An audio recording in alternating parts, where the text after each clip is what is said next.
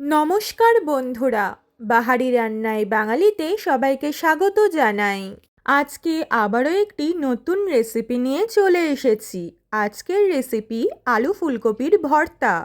আলু ভর্তা, বেগুন ভর্তা তো আপনারা অনেক খেয়েছেন, কিন্তু এই শীতে ফুলকপির ভর্তাটা একবার বানিয়ে খেয়ে দেখুন। গরম ভাতে এই ভর্তা খেতে এতটাই অসাধারণ যে বারবার খেতে মন চাইবে। চলুন তাহলে রেসিপিটি দেখে নেওয়া যাক। আলু ফুলকপির ভর্তা বানানোর জন্য আমি এখানে একটা অর্ধেক ফুলকপিকে মাঝারি মাপের করে কেটে নিয়েছি। আপনারা চাইলে গোটা ফুলকপিও ব্যবহার করতে পারেন। ফুলকপিটাকে যেহেতু প্রথমে সেদ্ধ করে নিতে হবে, তার জন্য কড়াইয়ে আমি 2.5 কাপ মতো জল নিয়ে নিলাম। জলটা যাতে তাড়াতাড়ি একটু গরম হয়ে আসে তার জন্য আমি ঢাকা দিয়ে দিলাম।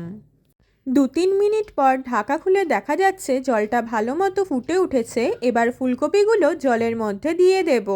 এবার ভালোভাবে একটু নাড়িয়ে নেব আর ফুলকপিগুলোকে জলের মধ্যে একটু ডুবিয়ে রাখার চেষ্টা করব। ফুলকপিগুলো যাতে ভালো মতো সেদ্ধ হয়ে আসে তার জন্য ঢাকা দিয়ে আঁচটাকে মিডিয়ামে রেখে প্রায় 10 মিনিটের জন্য রেখে দিলাম। ঢাকা খুলে দেখা যাচ্ছে ফুলকপিগুলোকে আর একটু সেদ্ধ করে নিতে হবে বলে মনে হচ্ছে। যেহেতু রেসিপিটি ভর্তার, তাই ফুলকপিগুলোকে একটু ভালো করেই সেদ্ধ করে নিতে হবে।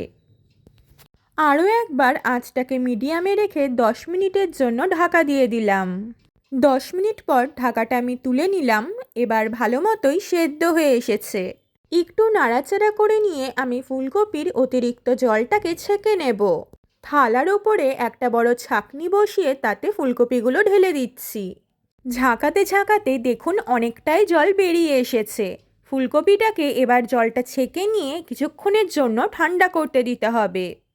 ফুলকপিতে যেহেতু আলু দেব, তার জন্য দুটো আলুকে খোসা ছাড়িয়ে ভালোভাবে সেদ্ধ করে রেখেছি। থালায় এবার ঠান্ডা করে রাখা ফুলকপিটাকে আমি প্রথমে ঢেলে নিচ্ছি। ফুলকপির মধ্যে এবার ঠান্ডা করে রাখা সেদ্ধ আলু দুটোও দিয়ে দিচ্ছি। এবার ফুলকপি আর আলুটাকে ভালোভাবে ম্যাশড করে নিতে হবে। হাতে চটকে কিংবা ম্যাশার দিয়েও আপনি ম্যাশড করে নিতে পারেন। এখানে ভালো মতো আমার এটা মাখা হয়ে গেছে। আলু আর ফুলকপিটা আমার মাখা হয়ে গেছে। এবার আমি কড়াইয়ে পরিমাণ মতো সর্ষের তেল নিয়ে নিলাম। তেলটা ভালো মতো গরম হয়ে এসেছে। এবার আমি ফোড়ন হিসাবে দুটো শুকনো লঙ্কা দিয়ে দিলাম।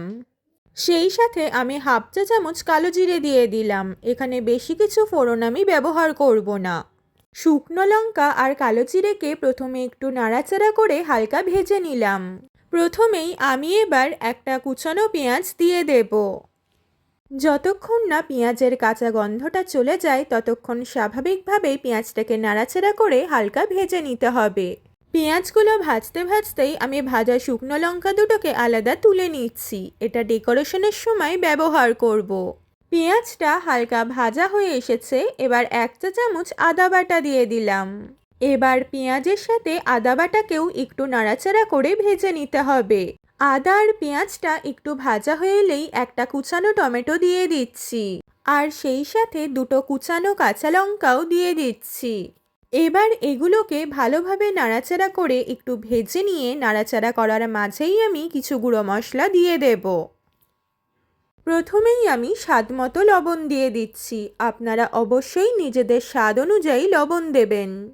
এরপর একে একে এর মধ্যে 1/2 চা চামচ ধনে গুঁড়ো, স্বাদের জন্য সামান্য পরিমাণ একটু চিনি, ঝালের জন্য যেহেতু দুটো কাঁচা লঙ্কা দেওয়া আছে তাই সামান্য পরিমাণ একটু লঙ্কার গুঁড়ো দিয়ে দিচ্ছি।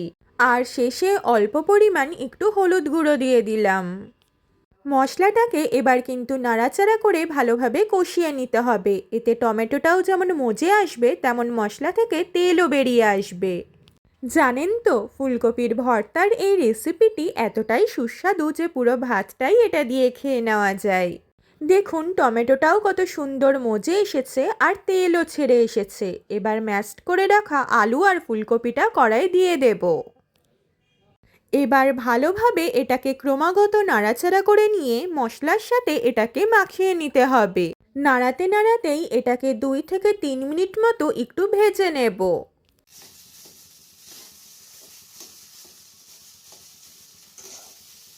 এবার আমি এর মধ্যে 1 চা চামচ মতো ঘি দিয়ে দিচ্ছি।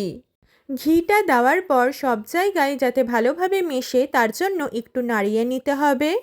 ভর্তা আমার তৈরি হয়ে এসেছে। এবার উপর থেকে অল্প কিছু ধনেপাতা কুচি ছড়িয়ে দিলাম। এবার ভালোভাবে এটাকে একটু নাড়িয়ে নিতে হবে।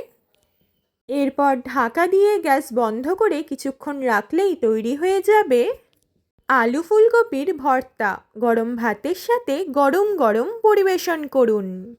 রেসিপিটি ভালো লাগলে অবশ্যই লাইক কমেন্ট শেয়ার করবেন আর নিয়মিত রান্নার রেসিপি পেতে চ্যানেলটাকে সাবস্ক্রাইব করে বেল আইকনে প্রেস করবেন। ধন্যবাদ।